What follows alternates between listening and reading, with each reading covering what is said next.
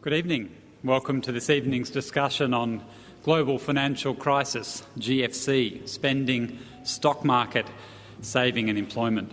It is a crisis that is affecting all of us. Every day, according to Four Corners last night, more than 1,000 people across the nation lose their jobs.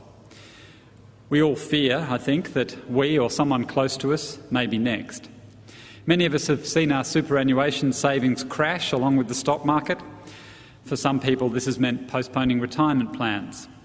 Interest rates have come down dramatically, which is fine if you're paying off a house, not so good if you're living on your savings.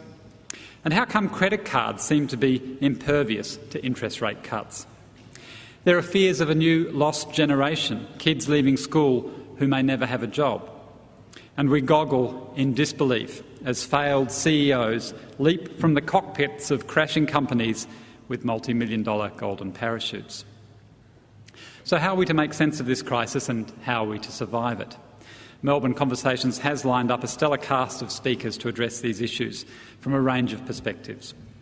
Our first speaker this evening is Professor Richard Dennis, an economist and an Associate Professor in the Crawford School of Economics and Government at the Australian National University and also the Executive Director of the Australia Institute. Please welcome Professor Richard Dennis.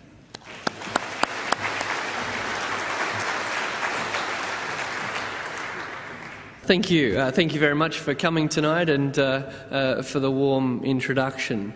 Let me just start with a declaration of interests, because when we talk about financial things, we have to be clear. My billions are safe. I haven't lost a cent in the collapse of the stock market because I don't have anything. While I think there's no doubt that the global financial crisis that we're talking about tonight will obviously have a significant effect on some people, let's be clear what happens in a recession. 90% of the labour market don't lose their job. 10% do our hurting for us, and I'll come back to that at the end. But it's a long time since Australia had a recession, a very long time, which is a very good thing. But let's keep things into perspective. The way our society works is most of us truck along pretty much as usual, perhaps feeling a little bit more anxious, but a small number of us do our hurting for us. And it's how we treat those people that I think is particularly important. But let me just start with a confession. I have a PhD in economics. I've taught economics for more than 15 years now. I'm relatively, I think, savvy. I read the paper, I understand the world. I've got no idea what the Seng index is. Every night on the news, I wonder what the hell they're talking about. And I think it's very important for us, if we're going to contextualise, how we deal with something like a stock market meltdown, is that, and other people who know presumably exactly what the Seng index is. I mean, I get the vibe. I'm sure it's some form of index of the value of someone's share market somewhere in Asia. But that's it. I've got nothing to add. I don't know anything other than that. But there it is on the news every night. Now ask yourself this. Do you really think if you needed to know about the Seng index, you'd be tuning into the Channel 10 news to find out?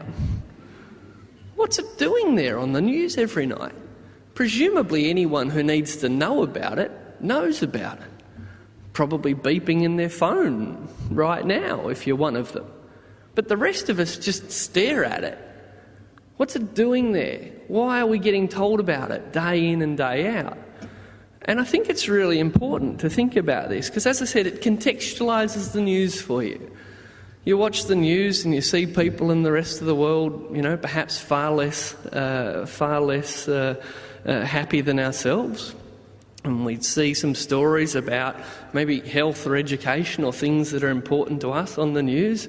And you probably think something crazy like, gee, in a country as rich as ours, we could probably solve that problem. I mean, let's be clear, GDP, the total amount of our income, our national income, is twice as big today as it was in 1989. Twice as big. Yet, those problems of health and education and all sorts of things are still with us 20 years later. So we watch the news at night and we see that, there's problems in other parts of the world, aren't we lucky? And there's problems in our health and education system and maybe police or maybe somewhere else. And you're probably thinking there's something we could do about it. Maybe some common sense is coming into your mind. But then the end of the news comes and you get the Nikkei and the Hang Seng and the ASX and all this sort of stuff. And the purpose of that is, of course, to tell you that complex things that you don't understand are happening in the world and basically back off. Butt out. Some people who are smarter than you, and me, because I got no idea what they're talking about either, people who are smarter than us, the markets, have got a view. We might all have a view, like pay a bit more tax and get a great health system. But what would we know? What would the markets think? Let's go ask the markets. How did the markets react? Now, I'm not anti-market. Markets are very good. If you're going to get a coffee, markets do a very good job of providing you with coffee. Pretty good with all sorts of things. But as we've seen in recent times in America, markets can get and do get things spectacularly wrong. So this subset of the population that we've deferred to, the government would like to borrow money to invest in the hospital system, but the markets wouldn't like that. This group of people, while telling us it would be crazy, absolutely crazy to invest in health or education or, God forbid, tackle climate change, we're off lending money to homeless people without jobs to buy houses. The subprime crisis, at its heart, what's subprime about them was that they were really, really bad ideas. There were banks lending money for really bad ideas. But because it was made so complex, because, the fact that I'd lent money to someone who had no capacity to repay it was chopped up and packaged in a way that was sufficiently opaque, we were told that, don't worry, it's okay. Well, for the amount of money, well, ask yourself this, for the amount of money it's cost to bail out the US, let alone the worldwide banking system, what could we have done with that money to directly solve some of the problems that we've got? So I think in contemplating a financial crisis, of which, the current slowdown was triggered by, the lesson that we have to learn going through it and coming out of it is to not put this particular perspective on the pedestal that we've put it on. If nothing else, the global financial crisis has showed us that, behind the Wizard of Oz, there's just an old man with some levers. Because what we've hopefully enjoyed, the schadenfreude of watching these geniuses who earn hundreds of millions of dollars a year, revealed as in many cases very clever people who, like us, had absolutely no idea what was going on. So where to from here? What do we do about this mess? Apart from, as I said, let's never defer to any group so much sway over the way we make our decisions. But what else do we need to do? Well, apart from regulating the financial system, that's us telling other people, that they've made mistakes. You and I, perhaps, no one in here would have made any silly mistakes, but you and I might know someone out there who's made some silly mistakes in the last couple of years. And they, not us, have to reflect on some of those things as well. The credit crisis, the bad loans that we've talked about, underlying that is people who bought more than they could afford to. Now, if your brother-in-law or someone you know racked up $5,000 on a credit card last year, To get back to square one, so you spent $5,000 more than you earned last year. To get back to square one, you would have to spend $11,000 less this year. So you spent $5,000 more last year, and that was good fun. You went on that holiday, you got that stereo, who knows what you did. No such thing as right and wrong. But here's the consequence.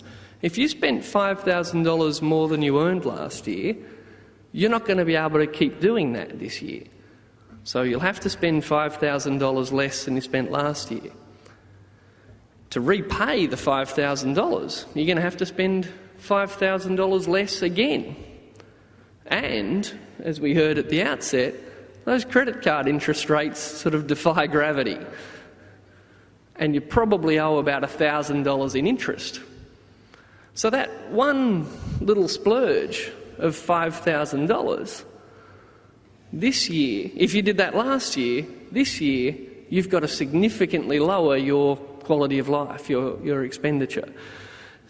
So the problem for us as individuals, but more importantly, the problem for us as a society, is because people have borrowed a lot of money to spend a lot more money than they were earning, we have managed to create this extraordinary growth in the economy, this incredible growth in the amount of stuff that we all buy. And when we just project from trend, as we're prone to do, we keep saying, well, we want to keep growing like that. That's really fun. I'm really used to it. But if the only way we could afford to spend so much at Harvey Norman was because we were borrowing money we didn't have, then it's obviously impossible for us to maintain that previous growth. So we're stuck to some extent. How on earth are we going to manage to maintain a level of consumption which by definition is greater than our income? How can we keep spending more than we earn? And of course the answer is we can't. And while some individuals might be able to escape this, the fact is what a recession does is bring us back into reality. And it's a very, very, very hard process, but unfortunately it's unavoidable. Because just like individuals can't spend $5,000 more than they earn every year, societies can't either. America obviously was leading the world charge on borrowing, and obviously it's leading the world charge into recession. But the question for us is not what went wrong. It's pretty obvious what went wrong. The question is, what will we do differently next time around? And unfortunately, history suggests absolutely nothing. We've had recessions before, and what we used to call subprime assets was junk bonds. Do you remember junk bonds? They were subprime assets. Thank you.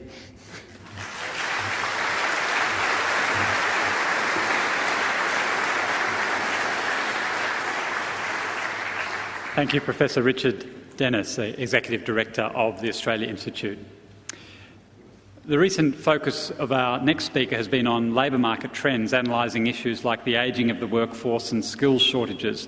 But throughout her professional career, Sue Richardson has also been concerned with issues of income distribution and poverty. Please welcome Professor Sue Richardson, who is Director of the National Institute of Labour Studies at Flinders University in South Australia.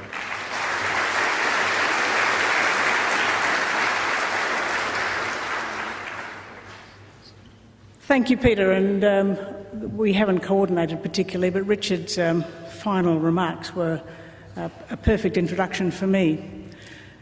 Late last year, a journalist from the Sydney Morning Herald rang me and said, "Have we learnt anything about how to manage recessions, about how to do better with this one than we have in recent ones?"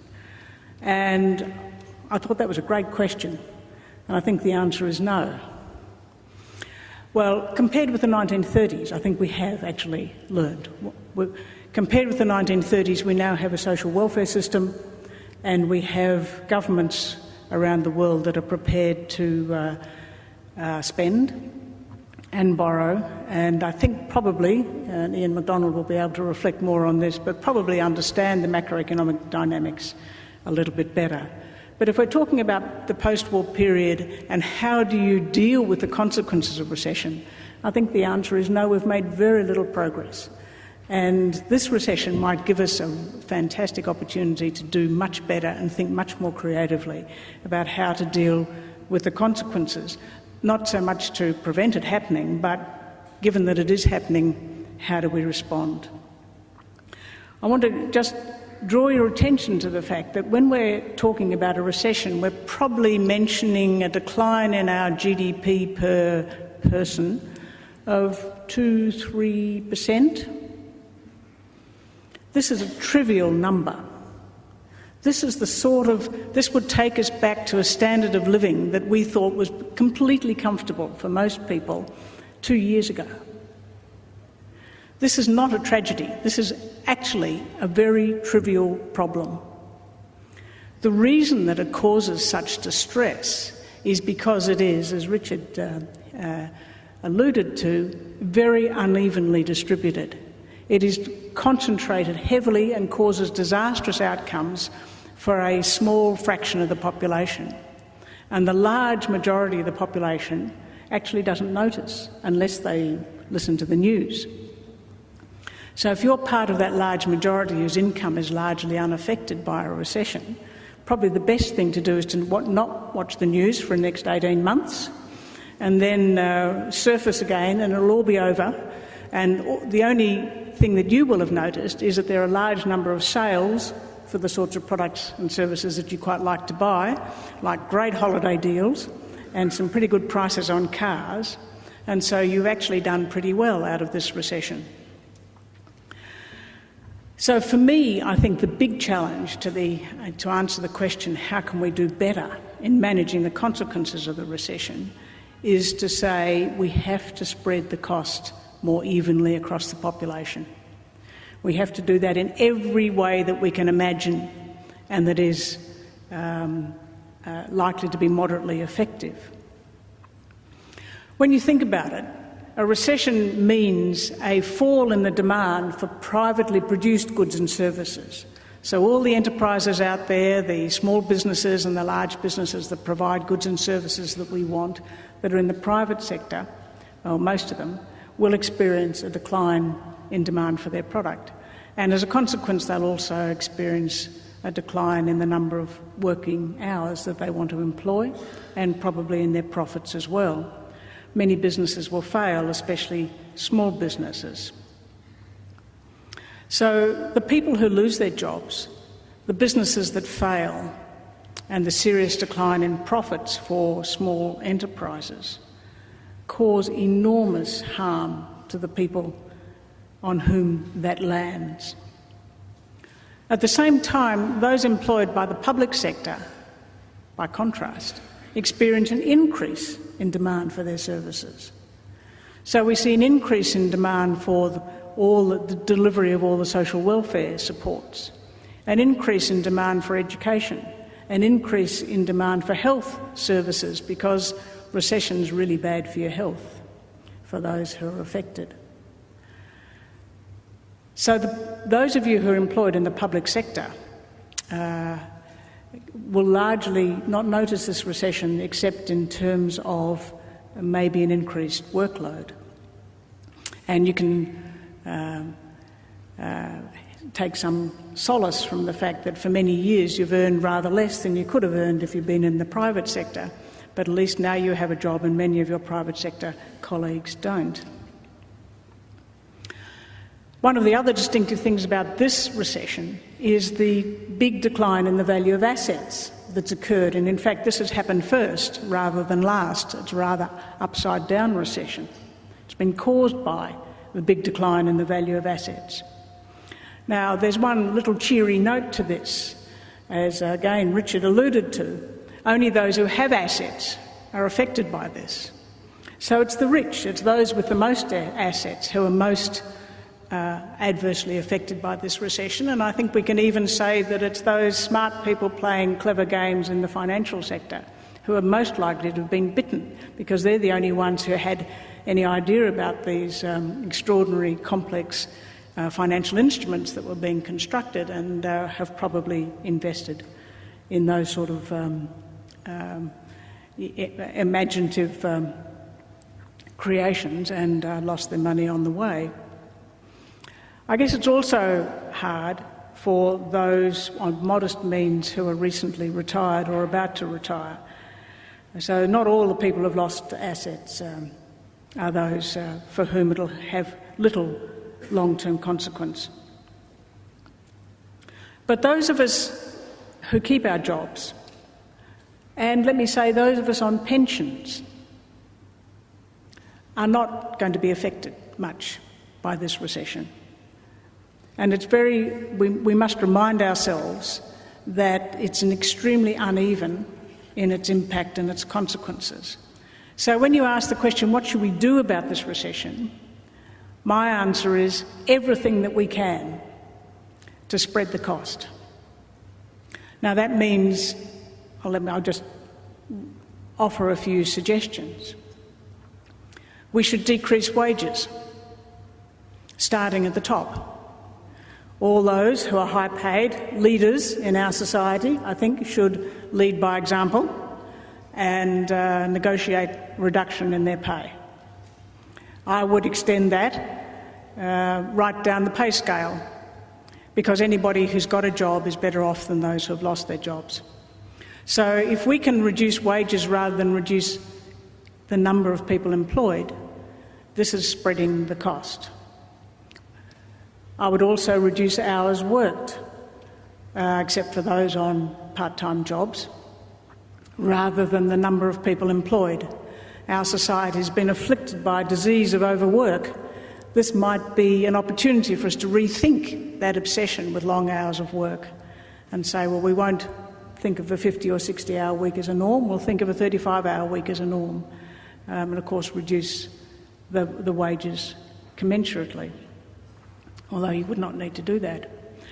I would increase government deficits, not for macroeconomic purposes, that's a separate question and probably a good idea for macroeconomic purposes, but in order to shift some of the burden from today to the future, so that the future will repay these deficits and we will do the spending and they will do the paying.